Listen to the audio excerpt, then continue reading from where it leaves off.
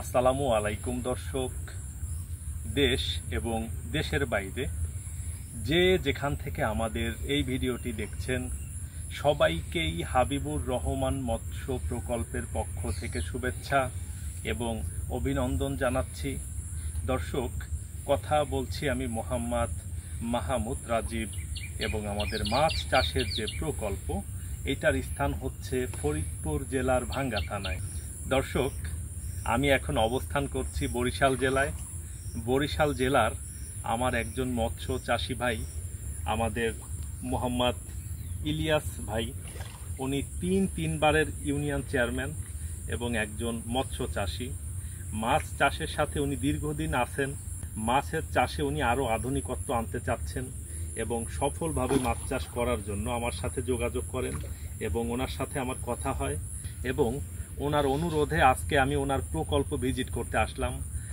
বরিশাল এবং ফরিদপুর এই দুইটা তো আসলে পাশাপাশি জেলা, এই জন্য আজকে আমি চলে আসছি ইলিয়াস ভাইয়ের প্রকল্পে।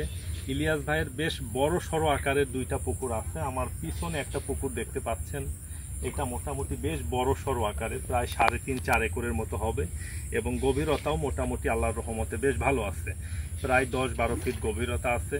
এবং পাশেই ওনার আরও একটি প্রকল্প আছে, ওইটা কতটুকু হবে, প্রায় 2 একরের মতো আরও একটি প্রকল্প আছে। এবং ওনার বাড়ির পাশেই দেখেছি যে আরও একটি প্রকল্প আছে, সেটা প্রায় 80% মতো হবে। তো আরও 2 একর একটি প্রকল্প আছে। এবং দর্শক, এখন আমরা যেই জায়গাটাতে দাঁড়িয়ে আছি এটা একটা বিলের ভিতরে। এই টোটাল বিলটা প্রায় 1000 বিঘা জায়গা হবে, তাই না? এই টোটালটাই তিনি একটা সময় মাছ চাষ করতেন, খুব একটা ভালো করতে পারেন নাই পারিপার্শ্বিক নানান ধরনের কারণে। এবং মাছ চাষ তো আসলে বেসিক্যালি অনেক জানাশোনার বিষয়, প্র্যাকটিক্যাল এক্সপিরিয়েন্সের ব্যাপার আছে, ভালো পোনার ব্যাপার আছে, ভালো খাদ্য ব্যবস্থাপনার ব্যাপার আছে এবং প্রচণ্ড রকমের এক্সপিরিয়েন্স লাগে। এই বিষয়গুলো যারা মাছ চাষের সাথে সম্পৃক্ত আছেন আপনারা হয়তো বিষয়টাতে অবগত আছেন। তো দর্শক, আজকে ইলিয়াস ভাইয়ের প্রকল্পে আসার কারণ, আমি এসে দেখলাম যে ইলিয়াস ভাই এই বিশাল বড় একটা পুকুর, প্রায় 3.5-4 একর একটা পুকুরে সে 100 গ্রাম সাইজের রুই মাছ ছেড়েছে। 100 গ্রাম আছে, 200 গ্রাম আছে, 300 গ্রাম আছে, ছোট ছোট বড় বড় নানান ধরনের সাইজের মাছ ছেড়েছেন এবং খুব একটা ভালো জাতের মাছ না। তো ইলিয়াস ভাই আমার সাথে পরামর্শ করেছেন আমাদের কাছ থেকে পদ্মা নদীর পোনাটা এনে উনি চাষ করবেন এবং তিনি যেন তার মাছ চাষ ব্যবস্থাপনাটিকে আরও অনেক সুন্দর, ভালো, গোছালো এবং পরিকল্পিতভাবে সম্পন্ন করতে পারেন এবং এটাকে একটা লাভজনক পর্যায়ে নিয়ে যেতে পারেন। এই জন্য এই বছর আমাদের কাছে পদ্মা নদীর যে ছোট পোনাটা আছে সেই পোনাটা আমাদের কাছ থেকে সংগ্রহ করবেন এবং সেটাকে উনি চাপে রাখবেন এবং আগামী বছর ইনশাল্লাহ চাষ করবেন।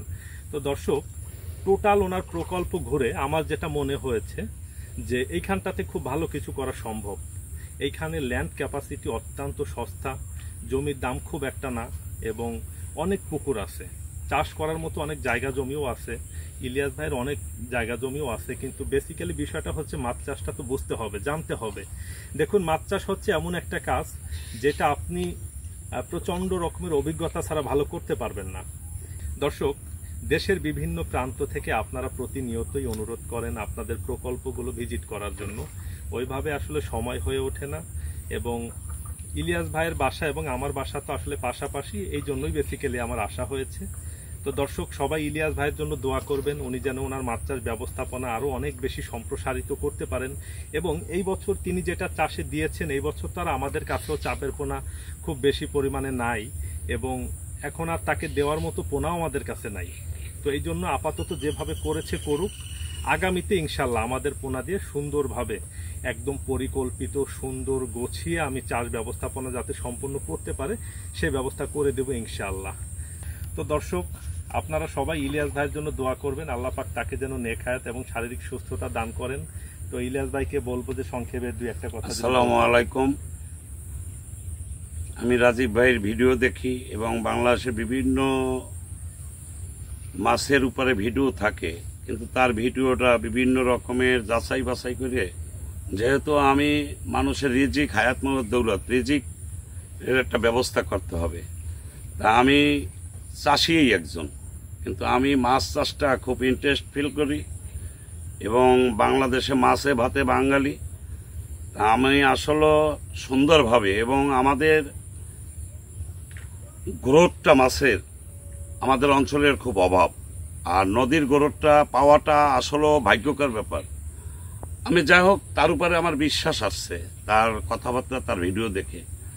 তা আমি তার অনুপ্রেরণা এবং তার সহযোগিতা নিয়ে আমি যাতে এই মাছ চাষ করে আমি ভালো থাকতে পারি এবং আমার কিছু রুটি রোজগারের মাধ্যমে মানুষকেও ভালো রাখতে পারি, এই দোয়াটুকু সবার কাছে চাই।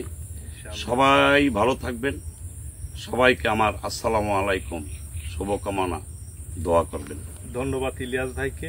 দর্শক, ইলিয়াস ভাই উনি কিন্তু 3 বার চেয়ারম্যান হয়েছেন।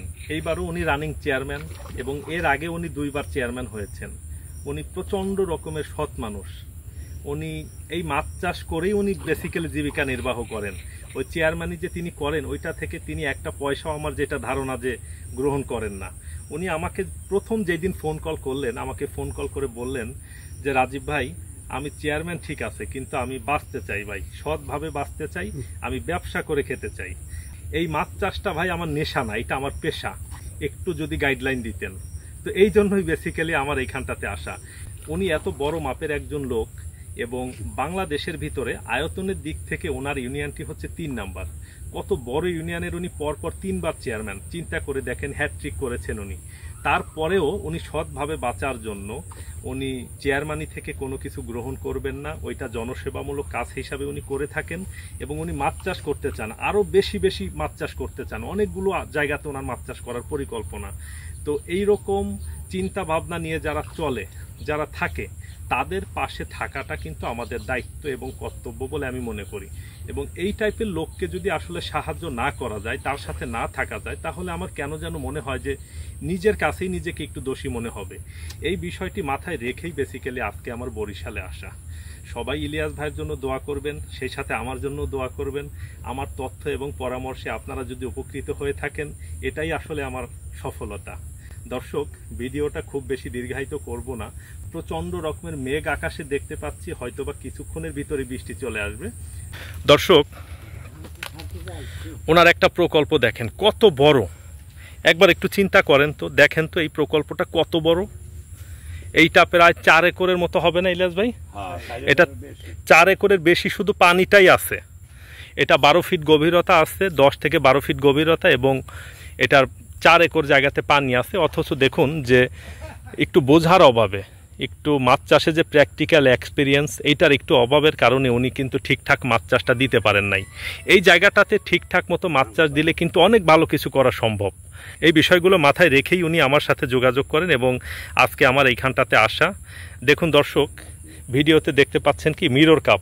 দেখুন এই যে আমার ভিডিওর ঠিক সামনেরটাতে খেয়াল করুন, এটা কিন্তু মিরর কাপ মাছ। এত বড় একটা পুকুরে যখন মিরর কাপ মাছ ছেড়েছেন, পুকুরের গভীরতা অনেক বেশি, এই মিরর কাপে বাচ্চা দিবে। সেই বাচ্চা যখন একসাথে লাইন ধরে এই পার দিয়ে যখন খুঁড়তে শুরু করবে, পারটাতে একবারে ভেঙে ফেলবে। এইগুলাই আসলে মাছ চাষে বোঝার বিষয়। কোন পুকুরে কী মাছ ছাড়তে হবে, কোন জায়গাতে কিভাবে কী মাছ চাষ করলে আমরা ভালো প্রফিট পেতে পারি, এই সার্বিক বিষয়গুলো চিন্তা ভাবনা করেই আসলে আমাদের মাছ চাষ করতে হবে। যাই হোক দর্শক, সবার সুস্বাস্থ্য এবং দীর্ঘায়ু কামনা করে আমাদের আজকের ভিডিওটা আমরা এখানে শেষ করতেছি। সবাই আপনারা ভালো থাকবেন, সুস্থ থাকবেন, আমার জন্য সবাই দোয়া করবেন। আসসালামু আলাইকুম।